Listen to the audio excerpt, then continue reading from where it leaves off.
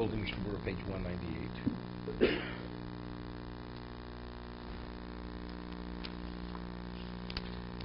No. You can't show it to hold the Mishna Berura. Page 197.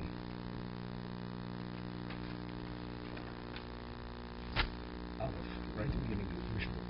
Shetiasu L'Tzeil. The Shetiasu L'Tzeil, page 197. Sukkah does not mean it's made for a mitzvah. It's a hut that's made for shade. When he put the roof on, it was there to provide shade. Although the sukkah does not have to be made for the mitzvah for the chag, l'shem sukkah binan, but it has to be made with the intent that it's a sukkah to provide shade. The chsiv chag ha-sukkos tasek klomar tasa l'shem sukkah. You should make it for a sukkah. What's the word meaning of socheh? It protects, it covers you. Lahogi tachas silo, that you should protect it under its shade. The b'shvil tzeil hu demikri sukkah. The reason why sukkah is called sukkah is because the shade that it provides. That's the reason why it's chamos u'tzilosa. If you have more sun than shade, it's not providing shade.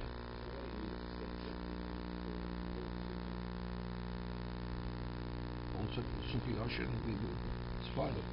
It's kosher. There's nothing. It doesn't have to be made. Shezucheches min achorei, protects you from the heat. Lafuki also litznius ba'almo lishtamish on lefomim shuoso. Says, what about a person makes a sukkah? He says litznius, only for modesty, and you don't want the neighbors looking from a higher location to look in. And you're doing something of a private matter. That's why you put it. It's not to protect you from the elements. Olodorbo called shono ol otzer. There's Eidim Klal Sukkah. It's interesting. What about, let's say you go out to these poor countries, and this is the regular residents. So it's made for the regular residents. It's not to, when the sun is shining, you go there to protect yourself from the elements. He says would not be valid. That's called the regular residents. Even though technically will be right? Everything. Right.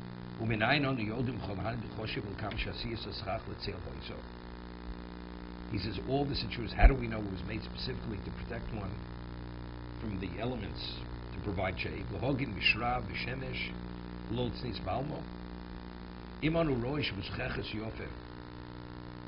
If you see that it's what the covering is not, even if it's sparse, if it's sneakers for privacy, you don't have to have this type of covering.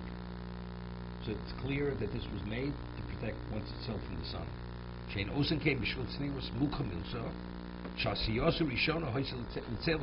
That initially when it was put on there, the roof was put l'tzeil. What's it called? Sukkah's goyim. Moram ridon baro rishonim ikarei usam machma she'ena b'nei chiyuv. The first that we mentioned, these people have no relevance to the mitzvah. Reyosa de rakvash, hu mishum lo kvi.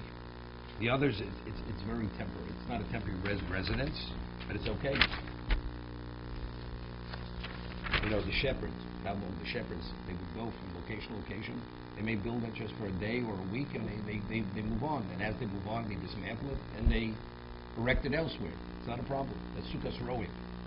Or the ones who will work in the fields, or a person is a watchman. It's only during the harvest season this hut is put up. Otherwise, it's dismantled. But they're all for protection. It's all for protection. But it's all regardless of the level of how temporary it is. It's not a problem.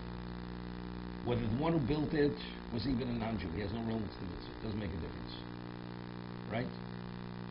To provide, let's say, to protect the animals. Okay, not to protect even a human being. You have temporary, and also he's not Jewish. They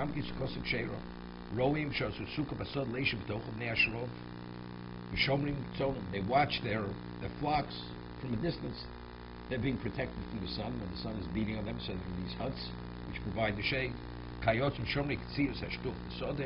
The Yabe, if he's a watchman, when they spread out the fruits to dry in the field. They stay in these huts during that season. Rogonim, Shomri Ir, these people, they're watchmen who watch the city, so they have their huts. They're all Jews, these people, they could be Jews, but the sukkah was not built for a mitzvah, it was built purely to protect them from the elements. Okay? The Torah says that you have to make the sukkah, it should not come about by itself. We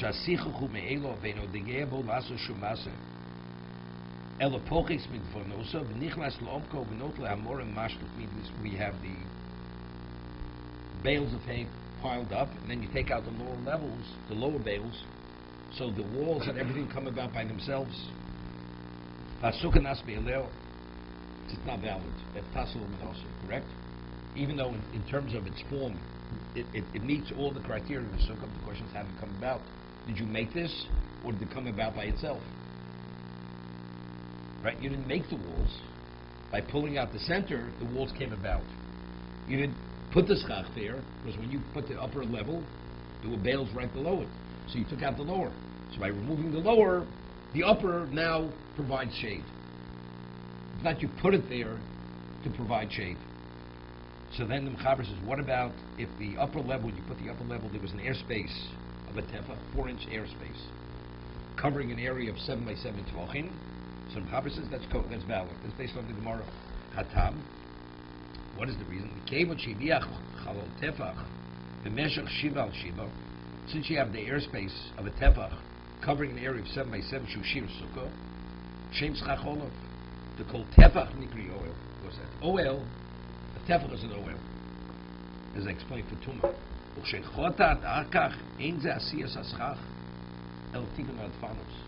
So what you're doing afterwards, sukkah it's called the sukkah because of the schach. Except to be a valid sukkah, you also need walls. Or in Thursday, you should make the sukkah. What do you have to put in place? That's the roof. The walls can come about by themselves, but the schach you have to provide. So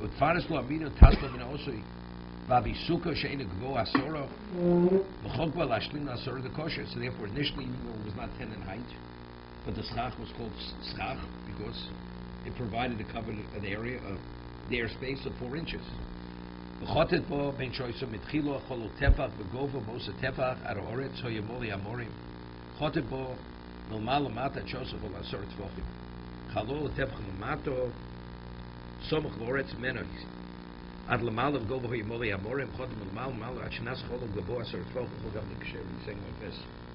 example I gave was he has bales piled up. When he put the upper level, it was 1 tefach. Correct? Now he removes the lower level, so now you have 10. So because it was called schach, because it covered airspace of a tefach, that's called schach. What about all the bales from all the way from top all the way going down? There's no space between them. But lower down, between one level to the next level, there's an airspace of the tefach. So you do have schach here, right? From the ground up, you have something which is, so you have all the bales from the very top. Let's say you have 10 feet of bales, and a foot from the ground, you have an airspace, and then you have a bale under that, right? So all on top, it's not only the bale that's just above there, that airspace, which is a tefach. All the bales, they're covering that tefach. That's called schach. But the schach can't be so thick that you can't see through it. I thought that's all the chatzim. That's only that's the optimum. You should be able to see the stars or whatever it may be. So that's not a requirement. No, that's just the optimum way. Here it has to be called oil. Oil. The upper levels, that means it did not come about by itself. No, so afterwards you perfect it. It's called schach. Schach means something which covers an opening. How much of a location does it have to cover? 4 tefachim, that's called oil. So that's called, so I put something to cover an area that's being covered, which is 4 inches. So now I take out what's above, what's below to create the full 10, or whatever height I want, within the acceptable height. Less than 20 amos, minimally 10 tefachim. Now, we're holding better Ramah. He says you should not put the schach before before the walls. For the walls. Now we have a problem. The case we just gave, the schach is before the walls. Correct? If a dolphin is only 10 tefachim, and you have the covering and an airspace of only 1 tefach, where are the walls? So the Mishna Berura said before, why is that valid? Because the Torah says you should make the sukkah. Sukkah means the roof. So even though afterwards, when you remove the bales, you create the walls, it's not a problem. Of course, he says tasav also is irrelevant when we come to walls. You don't have to directly. It's interesting. If a person goes and the Gemara says on Shabbos, it's a question for sure, because Sefer Torah Tefillah Mezuzah. You want to write a Sefer Torah, you should write the Torah. You should write the Mezuzah, right? You write. Now, what's writing? Writing is you form the letter. What if a person has a blotch of ink and he chips away the ink, and as a result of removing the ink around, the letter forms by itself? It's not valid for a Sefer Torah Tefillah Mezuzah. That's not called writing. No, we're talking about Shabbos. We're talking about, let's say, Stam. Sefer Torah Tefillah Mezuzah, it's not valid.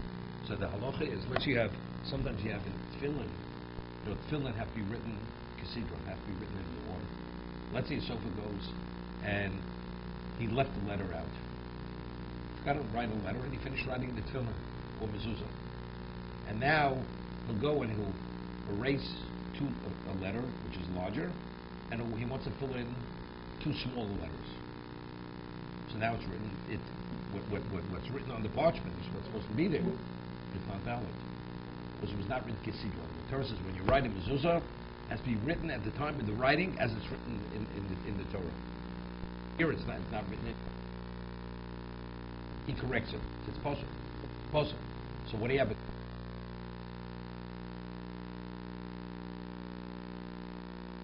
Touch. If they touch it, possible. But there are times where you could, but